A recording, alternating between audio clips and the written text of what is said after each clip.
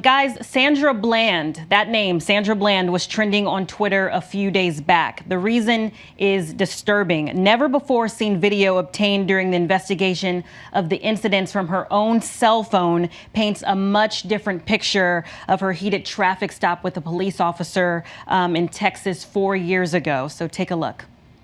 Get out of the car now. Why am I being apprehended? You trying to give me a ticket for the failure? Get out of the car. Why am I being apprehended? You just opened my car door. You just opened my car door. So you're threatening to drag me out of my own car. Get out of the car. And then you're going to stun me? I will light you up. Get out. Wow. Now. Wow. Yeah, pretty scary there. And as we know, she was aggressively arrested by this officer who said his safety was in jeopardy.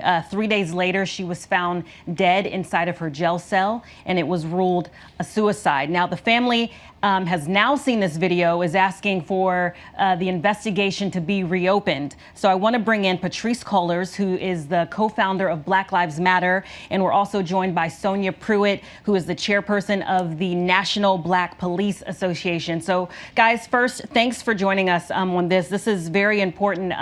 Sonia, I want to start with you, and I just want you to walk us through the video, the portion that we saw, because I want you to help us understand what the protocol should have been and basically what your reaction was when you saw it. Good morning, and thanks for having me. So, protocol could be different from jurisdiction to jurisdiction. The Supreme Court has ruled several times that it's okay to ask someone out of their car. But let's just keep in mind that just because you can do it as a police officer doesn't mean that you should. So his approach to Ms. Bland and writing the ticket, that's okay. If she committed a traffic violation, all right. But what's most egregious to me is what follows after he comes back to the car and asks her to put out her cigarette. I'm not sure what the danger was, whether he thought he was going to get burned or not. I'm not quite sure how he articulated where this danger was that would cause him to pull his taser. I mean, at some point, you have to use some sort of common sense and be cognizant that you're dealing with another human being. She asked him, "Why are you asking me out of my car?" Although nothing says we have to articulate that, I think police policy for every police department should say that you should articulate. You should tell people why you're asking them from their car. Yes, and Patrisse, when we're watching this video, we see her exercising her rights, and a lot of people say, is there anything that she could have done differently? What was your reaction when you saw how this went down? Well, the first thing that I thought was that Sandra Bland was exercising her right to know why she was being pulled over, and right to know why she was being asked out of the car. Not at any point did she escalate the situation. In fact, the officer escalated the situation, and she was trying to understand what was happening, and that was clear in the video. Yeah, and can you just talk a little bit about this, common narrative of fear and self-defense used by police officers in many of these situations that we've seen? Unfortunately, we've seen it over and over again that the reason police either harm or kill, Black people in particular, is because they feared for their life. And what we know now, especially because we've seen so many videos of officers apprehending white people with guns, white people who are physically fighting them, we know that they know how to de-escalate even when there is harm happening. And so many of the cases like Philando Castile, Sandra Bland, so many cases, Black people are just living their lives. And the unfortunate reality is that police officers, when they say they're scared for their lives, that's really racist code. Yeah, and so Sonia, I want to go back to you because, after seeing this video now, it's been 4 years since this happened. Do you think this video is enough to reopen this investigation? Absolutely. I personally felt that there was a travesty of justice when the charge of perjury was dropped against the trooper. I think that I don't know what the laws in Texas would support in terms of charging him with something else, but I do think it's well worth reopening the investigation. There's this, it seems to be this trend towards criminalizing Black women now. we are deemed aggressive. And then because we are aggressive, or because maybe we talk loudly or whatever is made up, then all of a sudden we're a criminal. And things like what happened to Miss Bland is happening. Women are being body slammed.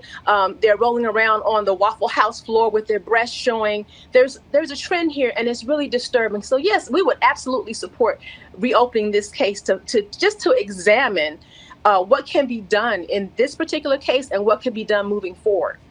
Patrice, one thing I want to ask you about, something that I don't think is talked about enough, is just the trauma that these sorts of incidents induce in the Black community. I mean, we're living in an era now where you can see these things and replay them you can search it on Google, you can replay it on social media over and over and over again. Can you just talk about the psychological trauma of, learning new information and kind of reopening this case again? I think what we have seen over and over again for dozens of years, and I would argue hundreds of years, is there is an intentional attack against Black people that creates the type of trauma when we experience law enforcement violence, but also now that we have technology where we are in some ways forced to witness the traumatic experiences. We don't talk about the mental health and emotional health impacts that over-policing and state violence has in our communities, both when we are in direct contact with law enforcement, but also when we are forced to watch these videos over and over again. I completely agree that the case must be reopened, and we also have to recognize what it means to reopen something, not just for Sandra Bland's family, but the rest of the Black community. It means we have to relive the gaslighting of law enforcement, right? They said that she committed suicide. We know that she was on her way to go to a new job, a new life. No one who is on their way to a new life tries to commit suicide. And so this argument is so important to name, that Black folks are experiencing the daily traumas of racism. Yeah. So before we wrap this up, Sonia, I just want to ask you, what is your association doing to help with this issue? I know after this incident, it led to the Sandra Bland Act that sort of is retraining cops. But what should be happening now? So what we're in the best position to do is to continue to push our narrative, to tell our story as Black people, even as Black officers, because many of us experienced the same trauma that we were just speaking about.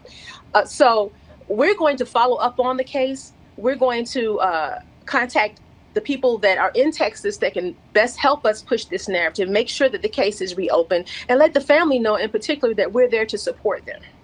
Yeah, and Patrice, finally, what do you think the next step should be? I know that several 2020 candidates have made comments about it in tweets. Have any of them reached out to you, to the Black Lives Matter organization, in terms of what they can do to address this issue?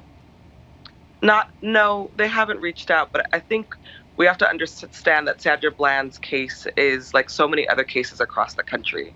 And so the next steps is reminding the public that police brutality, law enforcement violence has not ended, unfortunately, and that there are still long ways to go to change the way that law enforcement relates to Black communities. In California, we're passing a law, AB 392, that's going to look directly at the ways that law enforcement is allowed to kill folks. And so we are really challenging the idea that you could kill if you just feel unsafe. And that will be, I think, a law that was going to shape the rest of the country. So we have a lot of work to do around culture shifting, but we also do have a lot of work to do around changing legislation so that so we can hold law enforcement accountable. All right, Patrice Cullors, co-founder of Black Lives Matter, and Sonia Pruitt, chairperson of the National Black Association. Thank you to you both for joining me. I appreciate it. Welcome. Thanks so much. Hi, everyone. George Stephanopoulos here. Thanks for checking out the ABC News YouTube channel. If you'd like to get more videos, show highlights, and watch live event coverage, click on the right over here to subscribe to our channel. And don't forget to download the ABC News app for breaking news alerts. Thanks for watching.